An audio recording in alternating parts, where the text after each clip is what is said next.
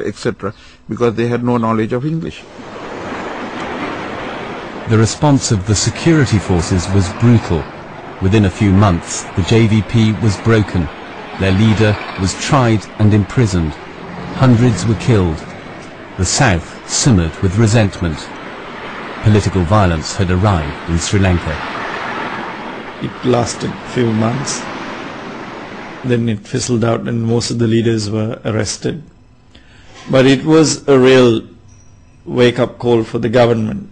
And it even hardened their policy, I think, towards the minorities. She'd crushed the JVP. Now Mrs. Bandaranaike needed to placate Sinhalese nationalist opinion. She began by changing the country's name. Ceylon, the name of the colonialists, became Sri Lanka, meaning in Sinhala, resplendent island. A new constitution enshrined Buddhism as the state religion. The Sinhalese language was given even greater prominence. For Tamils, it was the last straw.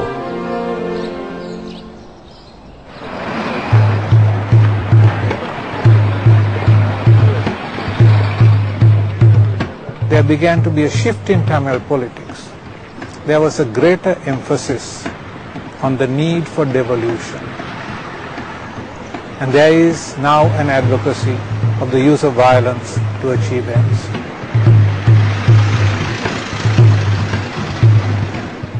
Now, the effort is to try to mobilize other groups to get solutions. And the first was actually India. The Tamil nationalists sought the support of the Indian government to help them gain their objective.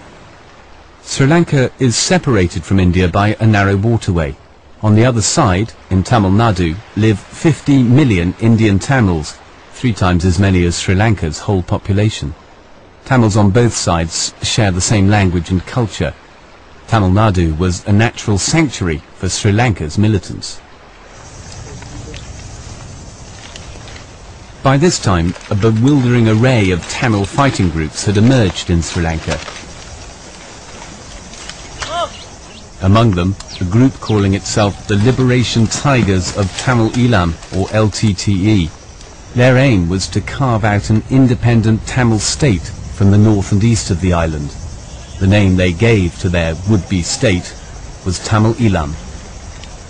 Liberation Tigers of Tamil Eelam, or the LTTE, was born in 1972.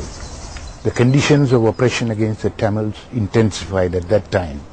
So Mr. Prabhakaran organized the LTTE as a national liberation movement with an objective of launching an armed struggle against the oppressive state apparatus.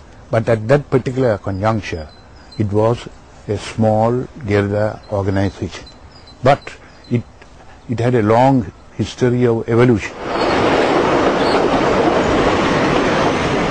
The Tamil Tigers' strongholds were in the north and the east. From small beginnings, they grew into a fighting force which would bring the state almost to its knees. But it was an act of violence in Jaffna, the Tamil capital, an attack on the ancient culture of the Tamil people, which was to alienate ordinary Tamils and to bring the militants their first taste of popular support. In 1980, Jaffna Public Library was burnt. So that was a repository of irreplaceable books. Tamils are very proud of their ancient culture and literature. The burning of the library was intended to strike at the most potent symbol of their separate identity.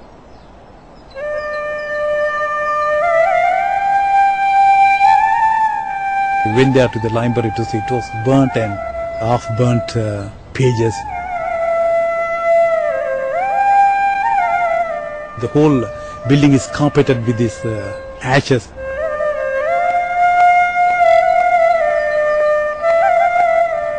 As an academic and lover of books, I was furious. I would never forgive the singular government burning that library. That previous night, the police or the army implemented this curfew. Under the curfew, they have burnt it. So it is their work. So I can't forgive it. In 1983, an act of retaliation. The Tigers killed 13 Sri Lankan soldiers in an ambush, their first big attack.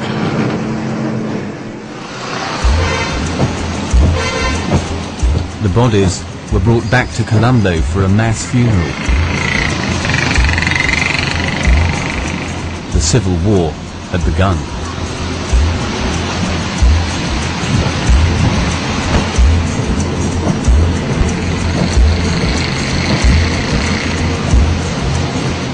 There were a lot of people who came to see the funeral, and the emotions were running very high.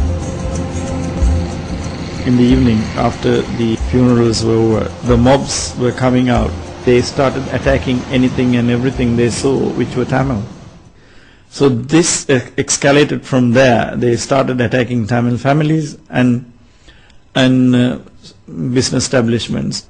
I believe it was 25th of July, and I was coming to office early in the morning. It was about 5:40, 5:45, and we could see even at that time smoke billowing from parts of the city. And I did speak to others who were working there, and they said they saw buildings on fire. Tamil areas of Colombo were set ablaze. There was some sort of organized groups going around. They were coming out and going to the addresses, knocking on the doors and pulling out the Tamils and killing them. And I saw it happening. It went on for a few days. There had been plenty of riots before, but this was different, a state-sponsored pogrom. I moved to the state television studios, and that was in a residential part of town, and a very good residential area. There was looting going on there. I could see police jeeps going by. Nobody did anything. Occasionally you could see army truck. Nothing was happening.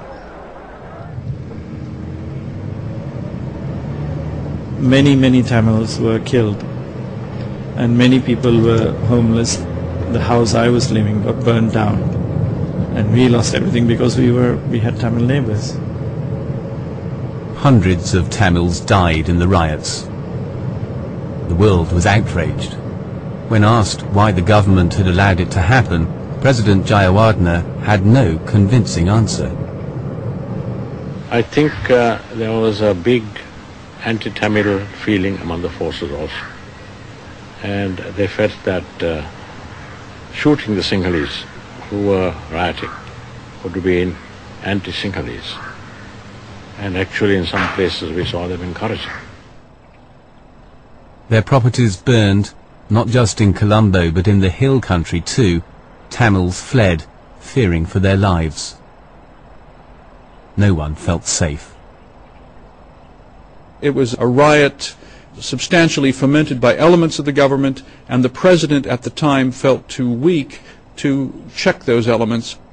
One minister in that government was seen to be standing in the street with a list of names of residents of various buildings. You can tell the difference between Sinhalese and Tamil names, and directing rioters to destroy the properties of Tamil people and to kill people inside those buildings. This form of state violence against the Tamil had a genocidal intent, in the sense that the oppression had a multi-dimensional thrust in which the essential foundations of the Tamil nations were attacked. That is the Tamil language, Tamil culture, the education opportunities of the Tamil people. Even the territories were forcefully colonized by the Sinhalese people. So it has a multi-dimensional aspect which affected the very foundation of the Tamil nation.